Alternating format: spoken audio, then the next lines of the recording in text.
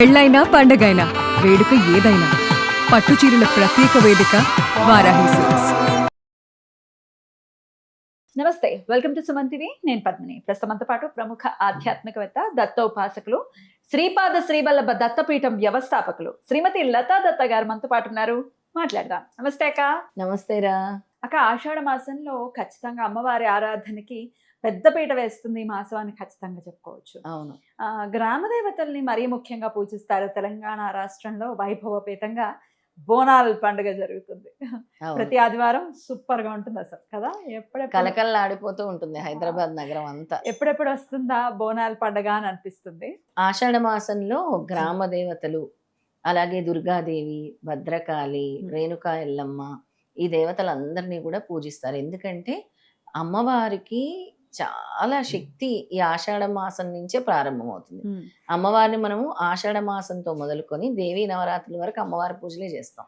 తర్వాత శ్రావణం వస్తుంది, ఆ తర్వాత మధ్యలో వినాయక చవితి వస్తుంది, తర్వాత మళ్ళీ మనకి దేవీ నవరాత్రులు వస్తాయి, కంటిన్యూ అవుతుంది అనమాట. అయితే ఎందుకు నిమ్మకాయల దండ వేయాలి, ఏంటి సంబంధము అని అంటే, మనకి మన గ్రామంలో ఉండే దేవత చాలా చాలా రక్షణగా నిలుస్తుంది అనమాట. మనం ఏ ఏరియాలో అయితే ఉన్నామో అక్కడ మనము వెళ్ళి అమ్మవారికి మన తరపు నుంచి కృతజ్ఞత తెలుపుకోవడం, గ్రాటిట్యూడ్ అన్నమాట. ఎందుకంటే అమ్మవారు మనల్ని విషజ్వరాల నుంచి, ఒకప్పుడు చాలా తీవ్రమైన వ్యాధి వచ్చింది, ప్లేగ్ వ్యాధి లాంటిది వచ్చింది, హైదరాబాద్ నగరాన్ని కుదిపేసింది. అప్పుడు ఏంటి అని అంటే అమ్మవారిని మొక్కుకుంటే అమ్మవారే రక్షించింది, అమ్మవారే కళ్ళల్లో కనబడి రక్షించింది అనమాట. అప్పటి నుంచి అందుకే ఇక్కడ హైదరాబాద్, సికింద్రాబాద్లో బోనాలు నిర్వహిస్తారు. అలాగే ఎవరికైనా పని జరగకపోయినా, ఆటంకాలు వచ్చినా, లేదా ఒకటేసారి ఏదైనా అనుకోని బ్లాకేజ్ వచ్చిన జీవితంలో, ఎప్పుడైతే మనం అమ్మవారికి నిమ్మకాయల దండ తీసుకెళ్ళి వేస్తామో, ప్రత్యేకంగా ఆషాఢ మాసంలో అమ్మవారికి నిమ్మకాయల దండ, గాజులు, ఎర్రని చీర, ఎర్రంది కానీ పచ్చ రంగు కానీ పసుపు రంగు కానీ, ఈ మూడు ఇష్టం అమ్మవారికి, వెళ్ళి సమర్పిస్తే మనకి వెంటనే ఆ పని జరుగుతుంది. ఇలా ఒక ఆవిడ నా దగ్గరకు వచ్చి, అసలు ఏమీ జరగట్లేదండి, మా జీవితంలో ఏమైందో ఏంటో, చాలా సమస్యలు వస్తున్నాయి, అసలు ఏం అర్థం కావట్లేదు అని అంటే, నేను ఆవిడకు చెప్పాను ఒకటే, అమావాస్య రోజు మీరు పెద్దమ్మ తల్లి గుడికి వెళ్ళండి, నిమ్మకాయల దండ తీసుకెళ్ళండి, చీర సారీలాగా తీసుకెళ్ళండి, గాజులు, మీకు ఏదైనా స్వీట్ మీకు తోచింది తీసుకెళ్ళండి, గాజులు, చీర, పుష్పాలు, పువ్వులు, మల్లెలు, ముఖ్యంగా మల్లెలు, నిమ్మకాయల దండ తీసుకెళ్ళి సమర్పించండి. త్వరగా మీకు ఆ బ్లాకేజ్ పోయి వెంటనే మీకు మీ హస్బెండ్కి ఉద్యోగం వస్తుంది అని చెప్పాను. ఏ విధంగా అయితే మనం చెప్పినట్టు చేశారో అలాగే ఉద్యోగం వచ్చింది. అద్భుతం. వాళ్ళకి వెంటనే వచ్చింది. అలా అమ్మవారు అంత శక్తివంతమైంది అనమాట. నిమ్మకాయ అనేది శక్తికి ప్రతిరూపం. అందుకే 11 నిమ్మకాయలు కానీ, 21 నిమ్మకాయలు కానీ, 51 నిమ్మకాయలు కానీ, 108 నిమ్మకాయల దండ కానీ అమ్మవారికి వేయాలి. శుక్రవారం వేయటం వల్ల సౌభాగ్యము, లక్ష్మి అనుగ్రహం వస్తుంది. మంగళవారం వేయటం వల్ల రాహు గ్రహ దోషాలు పోయి వివాహంకి ఏదైతే అడ్డంకులు వచ్చాయో ఆ వివాహంకి వచ్చిన అడ్డంకులు తొలగిపోతాయి. మంగళవారం రాహుకాలం సమయంలో వేయాలి వివాహం అడ్డంకులు తొలగాలంటే. శత్రు నాశనము, అలాగే మనకి ఆరోగ్య సమస్యలు ఉంటే ఆదివారం వేయాలి అమ్మవారికి దండ. ఈ నిమ్మకాయల దండ సమర్పించాలన్నమాట. అంతటి శక్తి ఉంటుంది నిమ్మకాయల దండలో.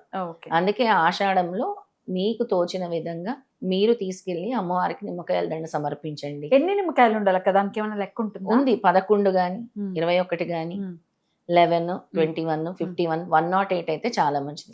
కానీ ఒకటి గుర్తుపెట్టుకోండి, అమ్మవారికి వేసిన నిమ్మకాయల దండ ఏ వంటలో వాడకూడదు, మీరు తినకూడదు, తెచ్చుకోకూడదు, మళ్ళీ దాన్ని ఇచ్చేయాలంతే. ఒకవేళ అమ్మవారి దగ్గర నుంచి మీకు నిమ్మకాయ వచ్చింది సపరేట్ పాదాల దగ్గర పెట్టి అని అంటే, దాన్ని మీరు నిమ్మరసం పిండి మీరు పులిహోర చేసుకోవచ్చు, మీరు తాగొచ్చు.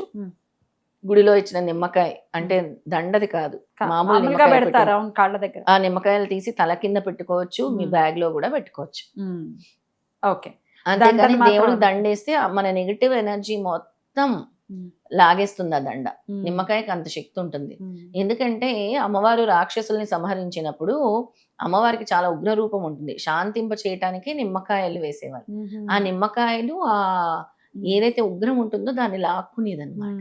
అలా Okay. మనకి ఎటువంటి దోషాలున్నా కూడా ఈ నిమ్మకాయల దండ సమర్పించడం వల్ల అమ్మవారికి నిమ్మకాయల దండ, అలాగే మనము ఆషాఢంలో శాకాంబరి అంటే మనం కూరగాయలు అన్ని కూడా సమర్పిస్తాం అమ్మవారికి, అవును. అలంకరణ చేస్తాం. అలా ఇవ్వటం కూడా మంచిది. దేవాలయాల్లో, అమ్మవారి దేవాలయాల్లో వెళ్ళి దర్శించుకోండి. తప్పకుండా చీర, సారీ, నిమ్మకాయల దండ, అలాగే మల్లెలు ఇవన్నీ సమర్పించడం మర్చిపోకండి. ఈ నవరాత్రుల్లో కూడా అమ్మవారికి శాకాంబరి దేవిగా కూడా చేస్తున్నారు కొన్ని ఆలయాలు. అవును, అక్కడి నుంచి కొన్ని వెజిటబుల్స్ మనకి ఇవ్వటం, అంటే ఏవోటి ఇస్తారు, ఆనపకాయలని, బీరకాయలని, మంచిది. తెచ్చుకుని వండుకుని తినచ్చు అక్క. తినొచ్చు, ఖచ్చితంగా తినొచ్చు.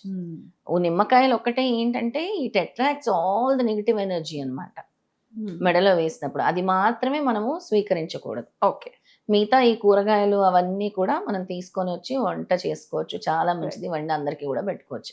మన శ్రీపాదుడికి కూడా మనం అలంకరిస్తూ ఉంటాం అవునా? కూరగాయలతో ఆషాఢంలో. అలాగే అప్పుడప్పుడు నిమ్మకాయల దండ కూడా వేస్తూ ఉంటాం ఆషాఢంలో. ఏం చేస్తారు ఆ నిమ్మకాయలు? మళ్ళీ నిర్మాల్యమేనా? నిర్మాల్యమే తీసేస్తాం. అదే స్వామి దగ్గర మామూలుగా పెట్టిన నిమ్మకాయలు తీసుకొని మనం పులిహోర చేసుకోవచ్చు. ఓకే. అయితే ఈ ఆషాఢ మాసంలో రాహుకాలంలో నిమ్మకాయ దీపం అనేది ఎంత శక్తివంతంగా పరిగణిస్తారు అక్క? చాలా శక్తివంతంగా పనిచేస్తుంది పద్మిని. ఎందుకంటే రాహుకాలం దీపానికి చాలా ఫలితం ఉంటుంది. ముఖ్యంగా మనకి ఉండే రాహు కేతు దోషాలు తొలగిపోతాయి, అలాగే వివాహ సమస్యలు తొలగిపోతాయి, అనారోగ్య సమస్యలు తొలగిపోతాయి, మనకు ఉండే బ్లాకేజెస్ పోతాయి, నెగిటివ్ ఎనర్జీస్ పోతాయి, దుష్టశక్తులు పీడ, నరఘోష. నరఘోష అనేది ఎక్కువగా ఉంటుంది కదా, ఆ నరఘోష, నరదృష్టికి నాపరాయి పగులుతుంది అంటారు. ఎవరికల్లా ఎలాంటివో తెలియదు. అలాంటి నరదృష్టి, నరఘోష ఇవన్నీ కూడా పోతాయి అన్నమాట. ఎలా పెట్టుకోవాలి రాహు? నిమ్మకాయల్ని కోసేసి మనం వాటి రసాన్ని అంతా పిండేసి ఆ నిమ్మ డొప్పని తిరగేసి అందులో నూనె కానీ నెయ్యి కానీ వేసి ఒత్తులు వేసి పెట్టుకునేదే ఈ రాహుకాలం దీపం అన్నమాట. గుళ్ళోనే పెట్టుకోవాలా, ఇంట్లో కూడా పెట్టుకోవచ్చు? అమ్మవారి గుళ్ళో పెడితేనే మంచిది. అమ్మవారి దేవాలయంలో పెడితేనే ఆ శక్తి ఉంటుంది. అమ్మవారి దైవిక శక్తి ఎక్కువగా ఉంటుంది ఆషాఢ మాసంలో. ప్రత్యేకంగా ఇప్పుడు ఈ గుప్త నవరాత్రుల్లో అమ్మవారి శక్తి ప్రకృతిలో ఉంటుంది పద్మిని. అందుకే ఆషాఢం నుంచి మొదలుకొని మనకి దేవి నవరాత్రుల వరకు ఎక్కువ అమ్మవారి పూజలు మనం చేస్తూ ఉంటాం, నిర్వహిస్తూ ఉంటాం. అద్భుతం అక్క. ఆషాఢ మాసంలో ఖచ్చితంగా నిమ్మకాయలతో అమ్మవారి ఆరాధన చేయటం అనేది చాలా చాలా మంచి ఫలితాన్ని ఇస్తుంది అని చెప్తున్నారు. నిమ్మకాయలతోనే కాదు పద్మిని, అమ్మవారికి మనము వీలైనంత వరకు అమ్మవారికి ఏదో ఒక రూపంలో మనము గాజులు, చెప్పాను కదా, సారీ, ఏ విధంగా మనం అమ్మవారికి ఇవ్వగలము, మన యొక్క కానుక ఏదో ఒకటి అమ్మవారికి సమర్పించాలి. మనం చీరలు ఇచ్చి కట్టిస్తే ఇంకా మంచిది అమ్మవారికి. అలాగా మీ దగ్గర ఉండే గ్రామ దేవతలు కానీ, దుర్గాదేవి గుళ్ళు కానీ, భద్రకాళి దేవాలయాలు కానీ తప్పకుండా వెళ్ళండి, దర్శించండి. ముందు మీ కుటుంబానికి రాబోయే ఉపద్రవాల నుంచి అమ్మవారు కాపాడుతుంది, రక్షణ కల్పిస్తుంది. ఖచ్చితంగా అలా కాపాడాలి. మన వాళ్ళందరూ కూడా చాలా సంతోషంగా ఉండాలని మనస్ఫూర్తిగా కోరుకుంటూ కృతజ్ఞతలు. నమస్తే. నమస్తే.